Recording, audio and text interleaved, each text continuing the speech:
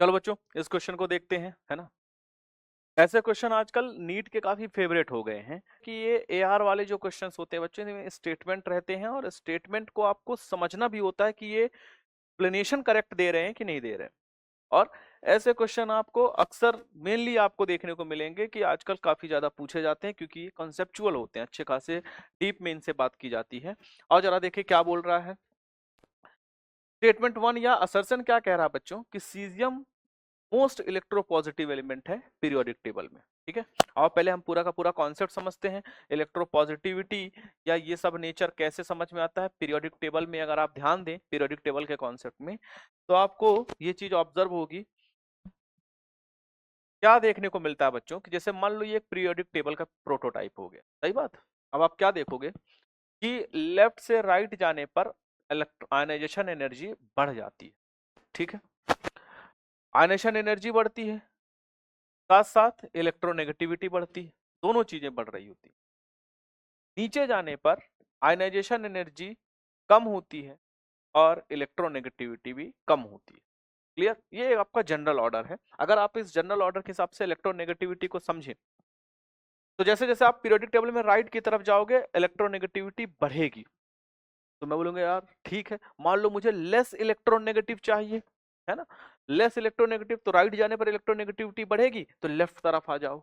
तो सबसे लेफ्ट और सबसे नीचे, सबसे लेफ्ट और सबसे नीचे जाने पर इलेक्ट्रोनेगेटिविटी सबसे कम देखने को मिलती।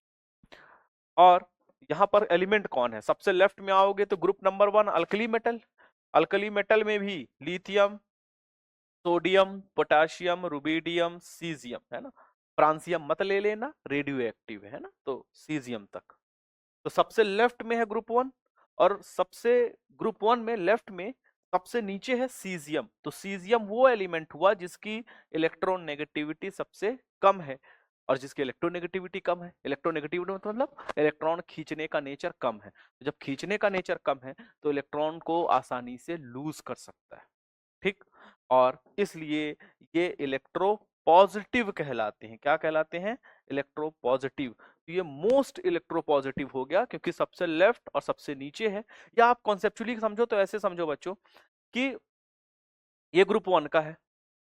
ग्रुप 1 की आयनाइजेशन एनर्जी देखो, राइट जाने पर आयनाइजेशन एनर्जी बढ़ेगी, तो लेफ्ट वालों की आयनाइजेशन एनर्जी क्या होगी, कम होगी। ठीक, उसमें भी अगर हम नीचे जाएं तो आयनाइजेशन एनर्जी और कम हो जाएगी।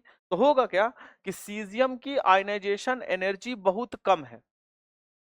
आयनाइजेशन एनर्जी कम होने का मतलब ये आसानी से इलेक्ट्रॉन निकाल सकता है। तो सीजियम जैसे इलेक्ट्रॉन निकालेगा, इजिली इजिली इलेक्ट्रॉन निकाल देगा, बहुत ज्यादा कुछ एनर्जी की जरूरत नहीं लगेगी। तो जैसे ही इजिली इलेक्ट्रॉन निकालेगा तो ये बनाएगा सीजियम +1, पॉजिटिव कैरेक्टर डेवलप कर लिया, पॉजिटिव चार्ज डेवलप कर दिया आसानी से, बहुत इजीली ये पॉजिटिव हो गया।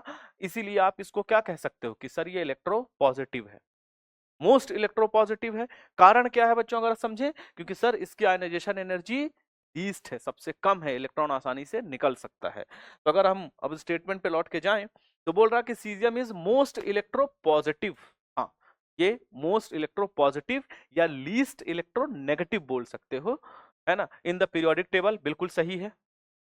दूसरे वाले को देखें, caesium has lowest first ionization energy. अभी अभी हमने बात की है, जब भी आप यहां पर इलेक्ट्रो पॉजिटिविटी या नेगेटिविटी देखते हो तो ये इस बात पर डिपेंड करती है कि इलेक्ट्रॉन लूज किया जा रहा है कि गेन किया जा रहा है। तो ये आसानी से लूज कर दिया जा रहा है ना, एकदम इजीली आसानी से लूज कर देगा, मतलब इसकी आयनाइजेशन एनर्जी क्या है, कम है। और रही बात एक्सप्लेनेशन की, तो अगर आप ध्यान दें तो यहाँ पर इलेक्ट्रोनेगेटिव या पॉजिटिव नेचर हमने किसकी हेल्प से एक्सप्लेन किया बच्चों, आयनाइजेशन एनर्जी की वजह से। क्योंकि आयनाइजेशन एनर्जी कम हुई तो जाके ये प्लस चार्ज गेन कर पाया आसानी से और इलेक्ट्रो पॉजिटिव नेचर दिखा पाया। इसका मतलब अगर आप देखें तो कह रहा कि lowest value of first ionization energy, बिल्कुल सही है, आयनाइजेशन एनर्जी सबसे कम है और इसी वजह से इलेक्ट्रोपॉजिटिव कैरेक्टर एक्सप्लेन होते हैं। That is correct explanation of the assertion. यानी दोनों स्टेटमेंट करेक्ट हैं और रीजन करेक्ट एक्सप्लेनेशन देता है, फर्स्ट ऑप्शन, है ना।